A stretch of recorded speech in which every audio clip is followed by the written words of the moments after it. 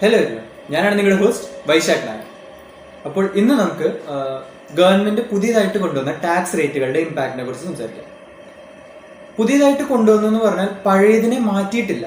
പഴയത് ഇപ്പോഴും അതുപോലെ തന്നെ അവിടെ ഉണ്ട്. അതിന്റെ ഒപ്പം നമുക്ക് വേണമെങ്കിൽ, അതിന്റെ ഒപ്പമല്ല, അതിന് പകരം നമുക്ക് വേണമെങ്കിൽ പുതിയ കൺസെഷണൽ റേറ്റ്സ് യൂസ് ചെയ്യാം. അപ്പോൾ ആദ്യം പഴയത് ഏതായിരുന്നു എന്ന് നമുക്കറിയാം. ഇതാണ് സാധാരണ ഒരു ഇൻഡിവിജ്വൽ HF. ഇൻഡിവിജ്വൽ എന്ന് പറയുമ്പോൾ 60 വയസ്സിന് താഴെയുള്ളത് അല്ലെങ്കിൽ നോൺ റെസിഡന്റ് ആയിട്ടുള്ള ഒരു ഇൻഡിവിജ്വൽ. റെസിഡന്റ് ആണെങ്കിൽ മാത്രമാണ് നമുക്ക് ഏജ് ഒക്കെ ആപ്ലിക്കബിൾ ആവുള്ളൂ. ഇവിടെ നോൺ റെസിഡന്റ് ആണെങ്കിൽ 2,50,000 വരെയാണ് ലിമിറ്റ്. 2,50,000 വരെ നില്ല്. അത് കഴിഞ്ഞ് 2,50,000 മുതൽ 5 lakhs വരെ 5%, 5 lakh മുതൽ 10 lakh വരെ 20%, പിന്നെ 30%, 10 lakhന്റെ മുകളിൽ 30%. ഇതില് ഇതാണ് നമ്മുടെ ഓൾഡ് റെജീം. അത് കഴിഞ്ഞ് നമുക്ക് 60 yearsന് മുകളിലാണെങ്കിൽ, 60 yearsന് മുകളിൽ പക്ഷെ 80 yearsന് താഴെയാണെങ്കിൽ 3 lakh വരെ നില്ലാണ്. അതിന്റെ മുകളിൽ പിന്നെ 5%, 20%, 30% ഇത് തന്നെ ഫോളോ ചെയ്യും. അതേപോലെ തന്നെ 80 years ആണെങ്കിൽ വരുന്നതാണ് 5 lakh വരെ നില്ലും, ബാക്കി 20%, 30%.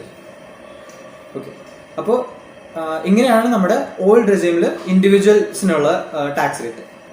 ഇതാണ് പുതിയ ടാക്സ് റേറ്റ്. പുതിയ tax rate section 115 BAC.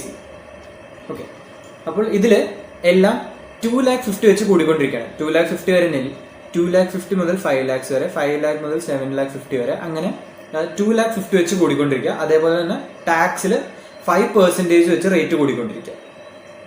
Okay, ഇത് വെച്ച് നോക്കുമ്പോൾ മറ്റേ ടാക്സ് റേറ്റിനേക്കാളും ഒരുപാട് കുറവാണ് ഈ പുതിയ ടാക്സ് റേറ്റുകൾ വന്നിരിക്കുന്നത്. പക്ഷേ നമുക്ക് എന്താണെന്ന് വെച്ചാൽ ഒരുപാട് ഡിഡക്ഷൻസ് കിട്ടുമായിരുന്നു. നമ്മൾ സാലറി ആണെങ്കിൽ അതിൽ 50,000 സ്റ്റാൻഡേർഡ് ഡിഡക്ഷൻ, അതേപോലെ നമ്മൾ ഹൗസ് പ്രോപ്പർട്ടി നമുക്ക് റെന്റ് കിട്ടുന്നുണ്ടെങ്കിൽ അതിൽ നമുക്ക് ഇൻട്രസ്റ്റ് കുറയ്ക്കാൻ പറ്റും. അങ്ങനെ ഒരുപാട് ഡിഡക്ഷൻസ് ഉണ്ടായിരുന്നു. ആ ഡിഡക്ഷൻസ് ഒക്കെ നമുക്ക് ഇവിടെ ഡിസലൗഡ് ആണ്. ഈ ഒരു ടാക്സ് റേറ്റ് ആപ്ലിക്കബിൾ ആയിട്ടുള്ളവർക്ക്, അല്ലാതെ ചൂസ് ചെയ്യുന്നവർക്ക് ഡിഡക്ഷൻസ് ഒന്നും കിട്ടില്ല. ഒരുപാട് ഡിഡക്ഷൻസ് അവർ ക്യാൻസൽ ചെയ്തോളും. അപ്പോൾ ഇതുകൊണ്ട് നല്ലതാണോ മോശമാണോ നമുക്ക് ഒറ്റയടിക്ക് പറയാൻ പറ്റില്ല. അപ്പൊ നമുക്കൊരു എക്സാമ്പിൾ നോക്കിയിട്ട് അത് പറയാം. അപ്പൊ എക്സാമ്പിൾ നോക്കാം. Example, gross salary 4 lakhs, rent from house property 2 lakhs, income from other source 3 lakhs, and നമുക്ക് ATCയിൽ ഡിഡക്ഷൻ ആയിട്ട് ഒരു 1,50,000 കൂടി തന്നു. ഓക്കെ, അപ്പൊ നമ്മൾ ഓൾഡ് റെജിമിലായിരുന്നെങ്കിൽ ഈ ഗ്രോസ് സാലറി എന്ന് പറയുമ്പോൾ നമുക്ക് 50,000 കൂടി കുറയ്ക്കാം. അപ്പൊ 4 lakhന് 50,000 കുറച്ച് 3,50,000. പക്ഷെ അത് ന്യൂയിൽ നമുക്ക് ആപ്ലിക്കബിൾ അല്ല, നമ്മൾ 4 lakhs തന്നെ എടുക്കണം. റെന്റ് ഫ്രം ഹൗസ് പ്രോപ്പർട്ടി എന്ന് പറയുമ്പോൾ നമുക്ക് 30% സ്റ്റാൻഡേർഡ് ഡിഡക്ഷൻ ഉണ്ട്. 30% സ്റ്റാൻഡേർഡ് ഡിഡക്ഷൻ പറയുമ്പോൾ 2 lakhന്റെ 30% 60,000, അപ്പോൾ 1,40,000. ഇൻകം ഫ്രം അതർ സോഴ്സസ് എന്ന് പറഞ്ഞിട്ട് നമുക്ക് 3 lakhs തന്നെ, അതിൽ മാറ്റമൊന്നുമില്ല. ഇവിടെ റെന്റ് ഫ്രം ഹൗസ് പ്രോപ്പർട്ടിയിൽ നമുക്ക് 30% സ്റ്റാൻഡേർഡ് ഡിഡക്ഷൻ ഇപ്പോഴും കിട്ടും. പക്ഷെ ഇൻട്രസ്റ്റ് എന്തെങ്കിലും ഉണ്ടെങ്കിൽ അത് ഇവിടെ കിട്ടില്ല.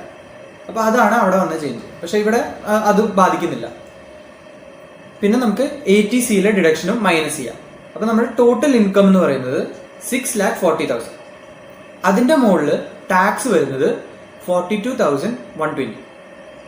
ഓക്കെ, പക്ഷെ നമ്മൾ ന്യൂ ആണ് സെലക്ട് ചെയ്യുന്നതെങ്കിൽ ഇവിടെ 4 lakh വരും. Gross salary 4 lakh. സാലറിയിൽ നിന്ന് നമുക്ക് കുറയ്ക്കാൻ പറ്റില്ല. റെന്റ് നമുക്ക് കുറയ്ക്കാൻ പറ്റും. അപ്പൊ അതും 1,40,000 തന്നെ. ഇൻകം ഫ്രം അതർ സോഴ്സിൽ കുറയ്ക്കാനൊന്നും ഉണ്ടായിരുന്നത് 3 lakhs. അപ്പൊ നമുക്ക് ടോട്ടൽ എത്രയായി? 8,40,000. ഓക്കെ, ഇവിടെ 6,40,000 വന്നുള്ളൂ, അവിടെ 8,40,000. അപ്പൊ 8,40,000യുടെ മുകളിൽ നമ്മൾ ടാക്സ് കണ്ടുപിടിക്കുകയാണെങ്കിൽ നമുക്ക് 53,040 വരും. ഓക്കെ, അപ്പോൾ നമുക്ക് ഇപ്പോഴും ഓൾഡ് റെജിമാണ് കൂടുതൽ നല്ലതെന്ന് നമ്മൾ ഇതിൽ കാണുന്നത്. പക്ഷെ ഡിഡക്ഷൻസ് ഒന്നും ഇല്ലാത്ത ഒരു സാഹചര്യമാണെങ്കിൽ നമുക്ക് ഓൾഡ് അധികം യൂസ്ഫുൾ ആവില്ല, ന്യൂ ആയിരിക്കും നമുക്ക് യൂസ്ഫുൾ. അപ്പോൾ ഗവൺമെന്റ് എന്താ ചെയ്തെന്ന് വെച്ചാൽ ഈ ഡിഡക്ഷൻസ് ഒക്കെ എല്ലാവർക്കും കിട്ടുന്നതല്ല. അപ്പോൾ ഡിഡക്ഷൻസ് കിട്ടാത്തവർക്ക് ന്യൂ റെജിം യൂസ് ചെയ്യാം. ആ ഡിഡക്ഷൻസ് ഒക്കെ ഇവര് ടാക്സ് റേറ്റിൽ തന്നെ ഇൻക്ലൂഡ് ചെയ്ത പോലെ അത്രയും നമുക്ക് ടാക്സുകൾ കുറഞ്ഞു കിട്ടി. അപ്പോൾ ഡിഡക്ഷൻസ് കുറവുള്ള ആളാണെങ്കിൽ അവർക്ക് ന്യൂ റെജിം യൂസ് ചെയ്യാം. ഡിഡക്ഷൻസ് കൂടുതലുള്ള ആളാണെങ്കിൽ അവർ ഓൾഡ് റെജിമിൽ തന്നെ കണ്ടിന്യൂ ചെയ്യാം. ഇനി ഡിഡക്ഷൻസ് അവർ ഏതൊക്കെയാണ് കളഞ്ഞതെന്ന് വെച്ചാൽ സാലറിയിൽ നിന്ന് leave travel concession, house rent allowance, special allowance, അതായത് ഒരു അലവൻസും ഇനി കിട്ടില്ല. Standard deduction, entertainment allowance, professional tax, ഇതൊക്കെ കളഞ്ഞു. അതായത് ഇത് കളഞ്ഞു എന്നല്ല, ഇതൊന്നും ന്യൂവിൽ ആപ്ലിക്കബിൾ ആവില്ല. ന്യൂ റേറ്റ്സ് ആണ് യൂസ് ചെയ്യുന്നതെങ്കിൽ ഈ ഡിഡക്ഷൻസ് ഒന്നും എടുക്കാൻ പാടില്ല. അതേപോലെ തന്നെ ഹൗസ് പ്രോപ്പർട്ടി എന്ന് നമുക്ക് കളഞ്ഞേക്കുന്നതാണ് ഇൻട്രസ്റ്റ് ഓൺ ലോൺ കളഞ്ഞു. PGVP കളഞ്ഞേക്കുന്നത് അവര് അഡീഷണൽ ഡിപ്രിസിയേഷൻ, നോർമൽ ഡിപ്രിസിയേഷൻ 40% വരെ ഉള്ളൂ. മറ്റേ നമുക്ക് ഓരോ ഇതുണ്ടായിരുന്നു 15% എന്നൊക്കെ പറഞ്ഞിട്ട് ഓരോ ടാക്സ് റേറ്റ് ഉണ്ടായിരുന്നു. പക്ഷെ ഇപ്പോൾ നോർമൽ ഡിപ്രിസിയേഷൻ 40% ഓഫ് WDV, എത്രയാണോ WDV അതിന്റെ 40% വരെ ഡിപ്രിസിയേഷൻ നമുക്ക് ആപ്ലിക്കബിൾ ആവുള്ളൂ. നോർമൽ ഡിപ്രിസിയേഷന്റെ കാര്യം പറയുമ്പോൾ നമ്മുടെ ബാക്ക്വേർഡ് ഏരിയസിൽ 35% നമുക്ക് ഡിപ്രിസിയേഷൻ കിട്ടുമായിരുന്നു. അത് നിങ്ങൾ PGVP പഠിക്കും. അപ്പോൾ 35% വരെ ഡിപ്രിസിയേഷൻ കിട്ടുന്നത് അതിപ്പോൾ ഇല്ല. ഓക്കെ, അത് കഴിഞ്ഞ മാർച്ച് 2020 വരെ ഉണ്ടായിരുന്നുള്ളൂ. 35%, അതേപോലെ തന്നെ 30-80 എക്സ്ട്രാ നമുക്ക് കിട്ടുമായിരുന്നു ഡിഡക്ഷൻ. ഇത് രണ്ടും പോകും. ഇപ്പോൾ നമുക്ക് അഡീഷണൽ ഡിപ്രിസിയേഷൻ എന്ന് പറഞ്ഞാൽ 20% മാത്രമേ ഉള്ളൂ.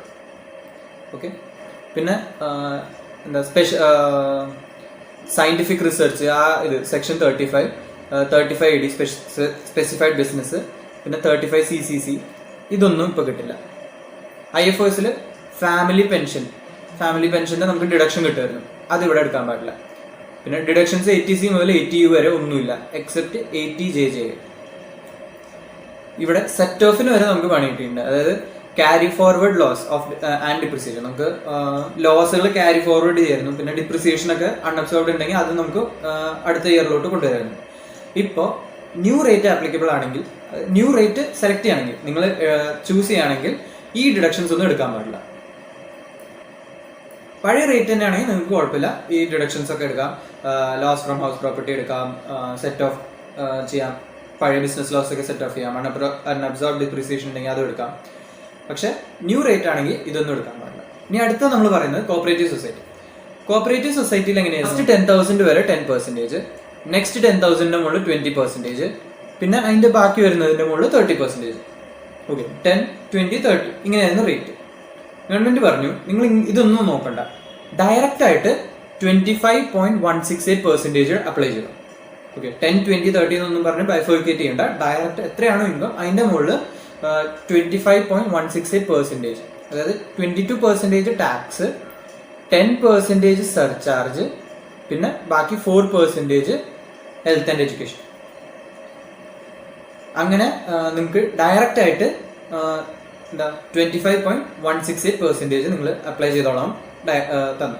പക്ഷെ അവിടെയും ഇതേപോലെ തന്നെ 10AA ഏതായിരുന്നു SEZ, 32 AD, 35 AD, 35 CC, പിന്നെ ഡിഡക്ഷൻസ് ഫ്രം ചാപ്റ്റർ 6, ഇതൊന്നും നമുക്ക് എടുക്കാൻ പറ്റില്ല. അതിൻ്റെ ഒപ്പം ഒരു നല്ല കാര്യം എന്ന് പറയുന്നത് AMT, ഓൾട്ടർനേറ്റ് മിനിമം ടാക്സ് ഉണ്ടായിരുന്നു, അതിവിടെ ആപ്ലിക്കബിൾ അല്ല. ഓക്കെ, അപ്പോൾ ഏതാ കോപ്പറേറ്റീവ് സൊസൈറ്റിന് മാത്രം, വേറെ ഒരു കമ്പനിയുടെ കാര്യം പറഞ്ഞു, വേറെ ഇൻഡിവിജ്വലിന്റെ ഒന്നും പറഞ്ഞിട്ടില്ല. ഇവർക്ക് വേണ്ടി മാത്രം ഓൾട്ടർനേറ്റ് മിനിമം ടാക്സ് ആപ്ലിക്കബിൾ അല്ല. ഈ ഒരു സെക്ഷൻ ഫോളോ ചെയ്യാണ്. അടുത്തത് കമ്പനിയുടെ കേസാണ്. കമ്പനിയുടെ കേസ് നമുക്ക് എന്താ 400 crore താഴെ ഉള്ള കമ്പനിയാണെങ്കിൽ, ഡൊമസ്റ്റിക് കമ്പനിയുടെ കാര്യമാണ്, 400 crore താഴെയാണ് അവരുടെ ടേൺ ഓവർ എങ്കിൽ 25%, എന്താ ബാക്കി കേസുകൾ അതായത് 400 crore മുകളിലാണ് ടേൺ ഓവർ എങ്കിൽ 30% ആണ് വരുന്നത്.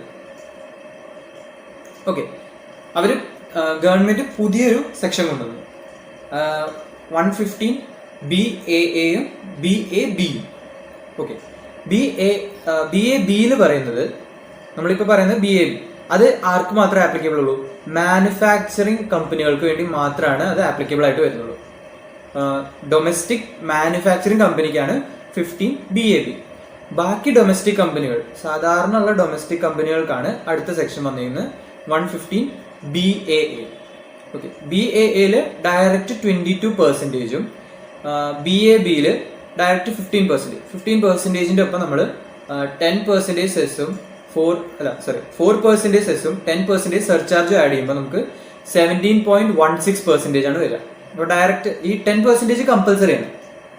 ഈ സെക്ഷൻ യൂസ് ചെയ്യുകയാണെങ്കിൽ 10% സർചാർജ് കമ്പൽസറി ആണ്. അതേപോലെ തന്നെ 115BA അതും ചൂസ് ചെയ്യുന്നവർക്ക് 10% സർചാർജ് കമ്പൽസറി വരും. അപ്പോൾ 22ന്റെ മുകളിൽ 10% സർചാർജും അതിന്റെ മുകളിൽ 4% സെസ്സും ആഡ് ചെയ്യുമ്പോൾ നമുക്ക് 25.168% കിട്ടും. ഓക്കെ, ഇവിടെ നമുക്ക് ഡിഡക്ഷൻസ് ഒന്നും ആപ്ലിക്കബിൾ എടുക്കാൻ പറ്റില്ല, ഡിഡക്ഷൻസ് ഒന്നും അപ്ലൈ ചെയ്യാൻ പറ്റില്ല. പിന്നെ ഒരു കണ്ടീഷൻ പറഞ്ഞിരിക്കുന്നത് എന്താണെന്ന് വെച്ചാൽ ഇത് സെറ്റപ്പ് ചെയ്തിരിക്കണം. എപ്പോ 1/10/2019 മുന്നേ നമ്മൾ സെറ്റപ്പ് ചെയ്തിരിക്കണം.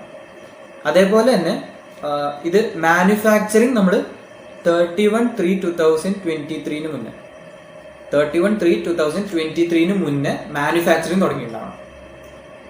ഇത്രയാണ് ഇതിൽ പറഞ്ഞിരിക്കുന്നത്. ഇതാണ് പുതിയ ചേഞ്ചും കാര്യങ്ങളും വന്നിരിക്കുന്നത്. അപ്പോൾ നമ്മൾ ഈ വീഡിയോയിൽ പഠിച്ചത് 115BAAയും 115BABയും. അതേതായിരുന്നു? നമ്മൾ ഡൊമസ്റ്റിക് കമ്പനി മാനുഫാക്ചറിങ് കമ്പനി ആണെങ്കിൽ അവർക്ക് BAB ആപ്ലിക്കബിൾ ആണ്. ബാക്കിയുള്ള എല്ലാ ഡൊമസ്റ്റിക് കമ്പനീസിനും BAA ആപ്ലിക്കബിൾ ആണ്. പിന്നെ നമ്മൾ പഠിച്ചത് ഇൻഡിവിജ്വൽസിനായിട്ട് 115BAC. ഓക്കെ, അപ്പൊ നമ്മൾ അതിന്റെ കുറെ ക്വസ്റ്റ്യൻസ് ചെയ്ത് നോക്കാം. നമുക്ക് എക്സാമിന് വരാൻ പറ്റിയൊരു ചോദ്യമാണ് ഇതിൽ ഏതാണ് നല്ലത്, ന്യൂ ആണോ ഓൾഡ് ആണോ നല്ലത് എന്ന് പറഞ്ഞിട്ട് ഒരു ചോദ്യം വരാം. അവർ കുറച്ച് അമൗണ്ട്സും കാര്യങ്ങളും തന്നിട്ട് ഇൻകം, ടോട്ടൽ ഇൻകം കണ്ടുപിടിക്കുക, അതിന്റെ ടാക്സ് കണ്ടുപിടിക്കുക, ഏതാണ് നല്ലതെന്ന് കണ്ടുപിടിക്കുക, അതൊക്കെ വരാം. അപ്പോൾ അത് പ്രാക്ടീസ് ചെയ്യാം. പിന്നെ BAD 115BAD അതേതാ? കോപ്പറേറ്റീവ് സൊസൈറ്റികൾക്ക് നമ്മൾ 22%, അതിൻ്റെ ഒപ്പം 10% സർചാർജ്, 4% സെസ്സും, അതിൻ്റെ കാര്യങ്ങളും നമ്മളിന്ന് പറഞ്ഞു. അപ്പോൾ അടുത്ത വീഡിയോയിൽ കാണുന്നവരെ സ്റ്റേ സേഫ്, സ്റ്റേ ഹെൽത്തി.